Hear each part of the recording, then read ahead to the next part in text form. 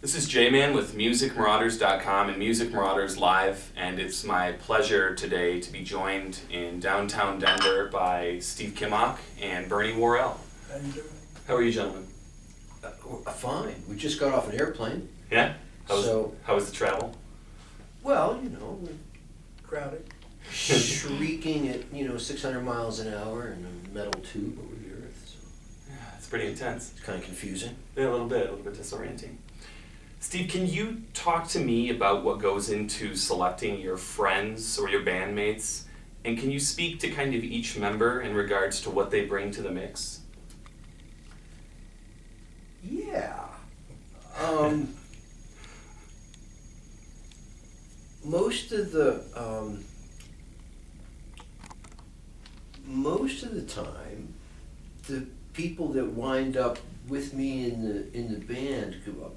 It's almost more like they're choosing me than I'm choosing them. You know what I mean? You can tell, when it's when there's some chemistry there, because you play with different people all the time, and I play with a lot of people that I don't play with all the time. And then there's people that I play with that I do play with all the time. Like Bernie or Wally. I just recently started playing with Andy, but we play together because we gravitate to get together musically. Mm-hmm. I think it would be giving me all together too much power in the situation to say I'm choosing these people. Okay. You know what I'm saying? I do. Yeah. What would be the advantages and disadvantages to playing with a mixed group of musicians? I mean, does it keep it fresh by constantly surrounding yourself with different people? Having different people. Mm-hmm. Yeah, there's some kind of what would you call it, cross pollination or something that's happening all the time. That's good. Although recently, one of the guys that I bump into from time to time is Bruce Hornsby, and Bruce is a good friend, a really, really sweet guy. And he's had the same guys in his band for like 30 years or something like that. I think Sonny, the drummer's been there maybe for like 9 or 10 or something. And he's like the baby in the band in terms of tenure or whatever you call it.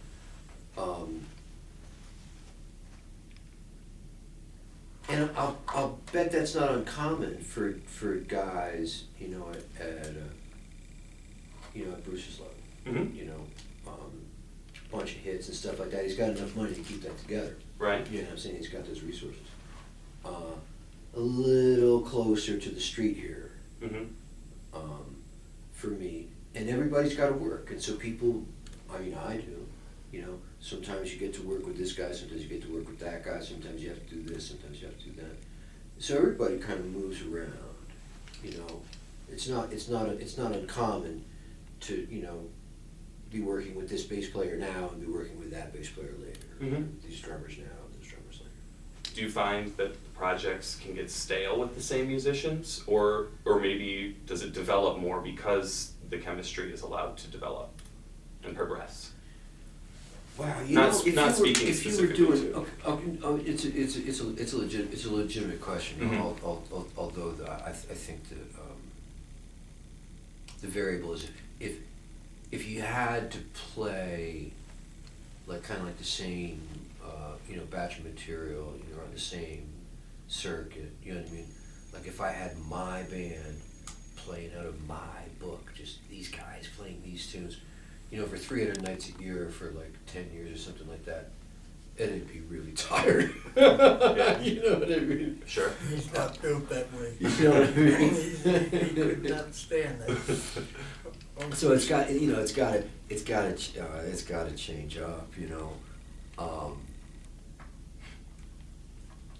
So as long as everybody's just doing all different stuff. I can't imagine how many different projects Bernie has going, but I've always got, like 5 or 6 things going. I'm working on this and I'm working on that. Half the stuff I'm working on never sees the light of day, as, like for public consumption. I've got my own crazy harmony trip at home that I do with my music that doesn't have anything to do with people listening or dancing. Mm-hmm.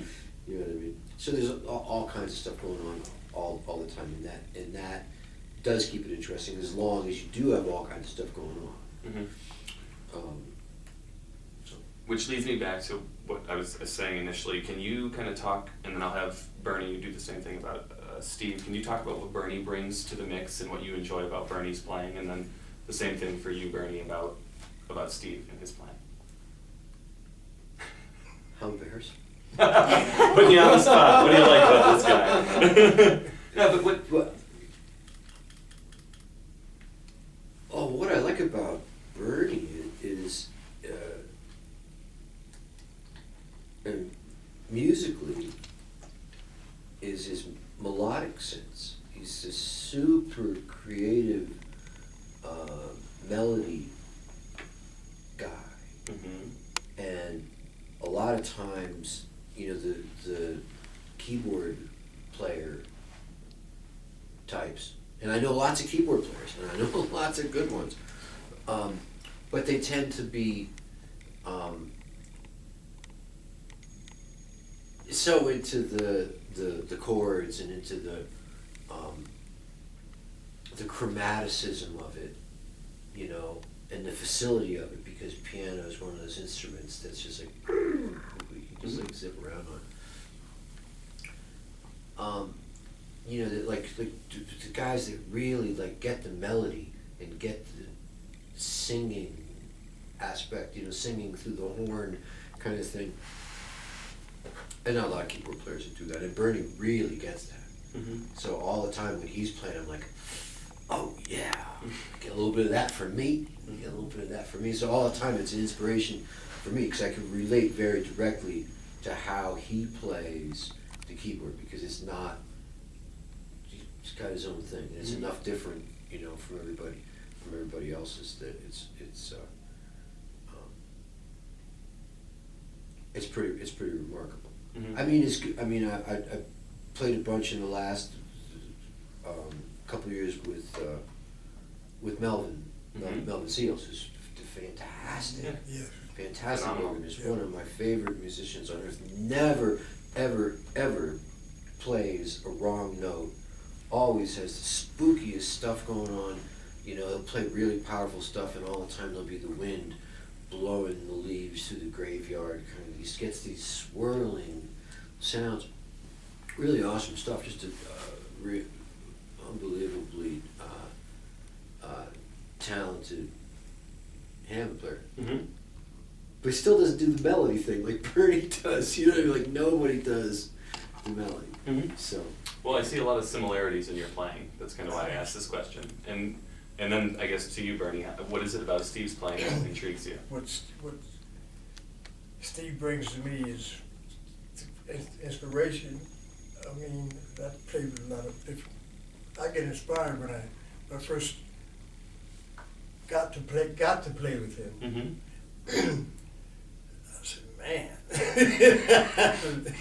and I'm hearing all the talking about zipping through. Mm-hmm. Like with the keyboard, he zips through all the strings. I mean, zips through steel guitar, zips through acoustic, zips through. He zips, Yeah.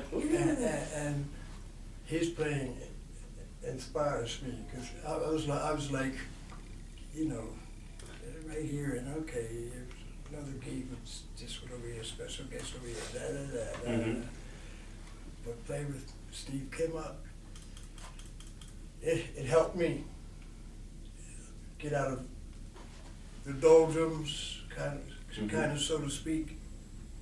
I mean, I get charged, you know, because I'm hearing other things, and nobody does it like, you know, like for me, Mhm. like Steve, and also the freedom. I got A lot to of be freedom. free. Yeah. I will be free. No. But with basic, but after you hit the initial form, I guess you call it the head, and then you're free to listen. Mhm. See, listening is part of it. Listening is part of my thing. Hearing, because my memory ain't that good anymore. You keep hearing it. Yeah. So, hearing and listening, and then I could play off. Oh man, you come up with something. I say, okay, then I'll go here. Accompaniment. I Mhm. like the company also. Mhm. They put chord colors behind the solo, and then interject. Gave the freedom to melody within the chord thing, Mhm. playing off of what he's playing, and just creating. I would say for both. I mean, both of your styles are extremely unique. I notice. I'll never say anything to Steve about it, but I just notice all the times we played together, whether it's in rehearsal or on stage. Sometimes we hit the same notes at the same Yeah. time with the same chord at the same rhythm, Mhm. the pulse. I mean, that's magic. Mhm. You know, Well, the energy's you don't- flowing back and forth. You know,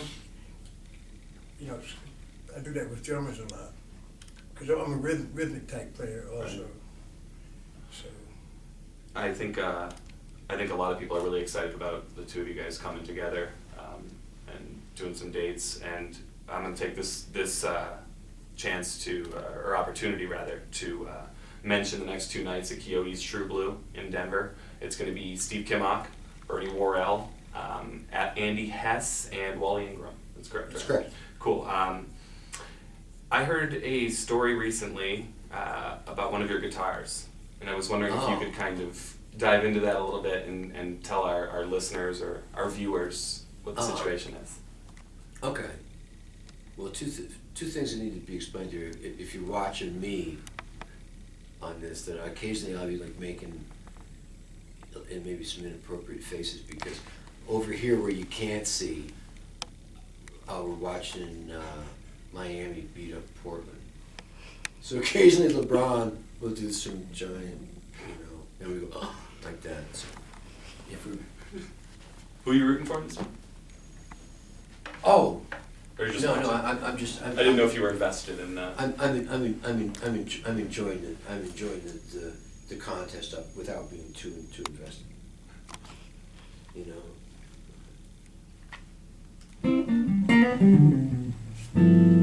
Oh, this is the guitar in question when you're saying guitar. Mm-hmm. Can you tell me a little bit about the guitar? Nah, I'd rather. No, I'm kidding. It's a 1968 gold top Les Paul, which might be unremarkable. Except this was the guitar, like the actual one single guitar that kind of got me into playing the guitar. I was a little kid. I mean, I think I might have been in 6th grade or something. Because I was 6th or 7th grade. Because it was at my grandma's house. And my cousin Kenny, who was a guitar player, great guitar player, and still is,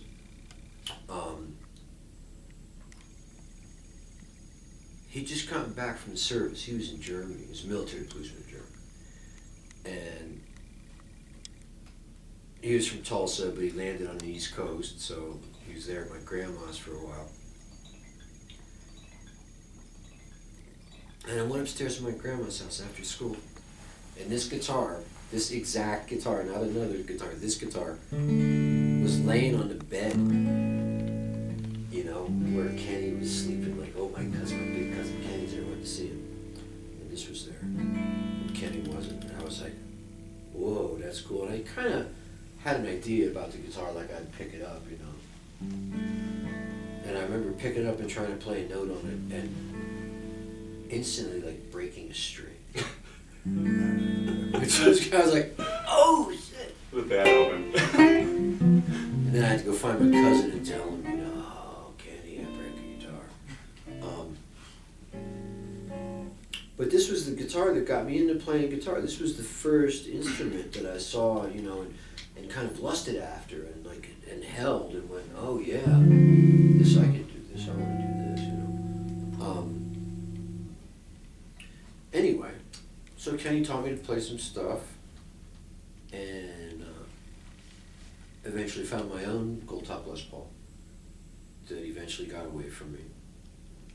But then years later, this one came up for sale. The guy that Kenny sold it to back in the, you know, however long ago that was, maybe back in the early 70s or something, for a couple $100, decided he was going to sell it for, you know, whatever gold top Les Pauls are worth now, which is a lot more than a couple $100. Mm-hmm.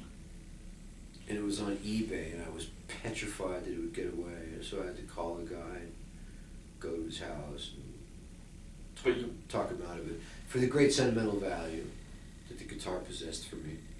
You knew it was that guitar, though? It's this guitar, yeah. But you knew when you saw it on eBay that it was that person who possessed the guitar? And Oh no, Kenny hit me to it. Okay. He says, hey man, you know that my old gold top's for sale?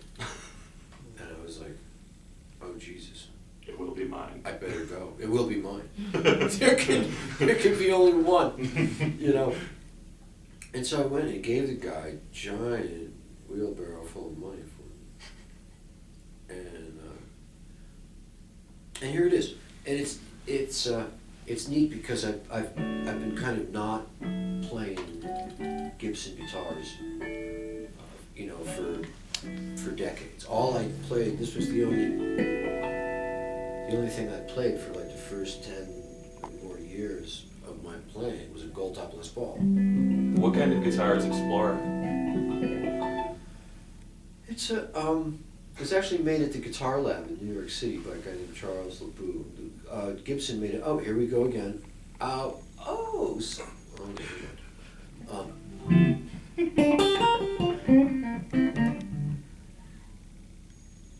Yeah, the Explorer it's Gibson-ish. Okay. But it's not Gibson exactly.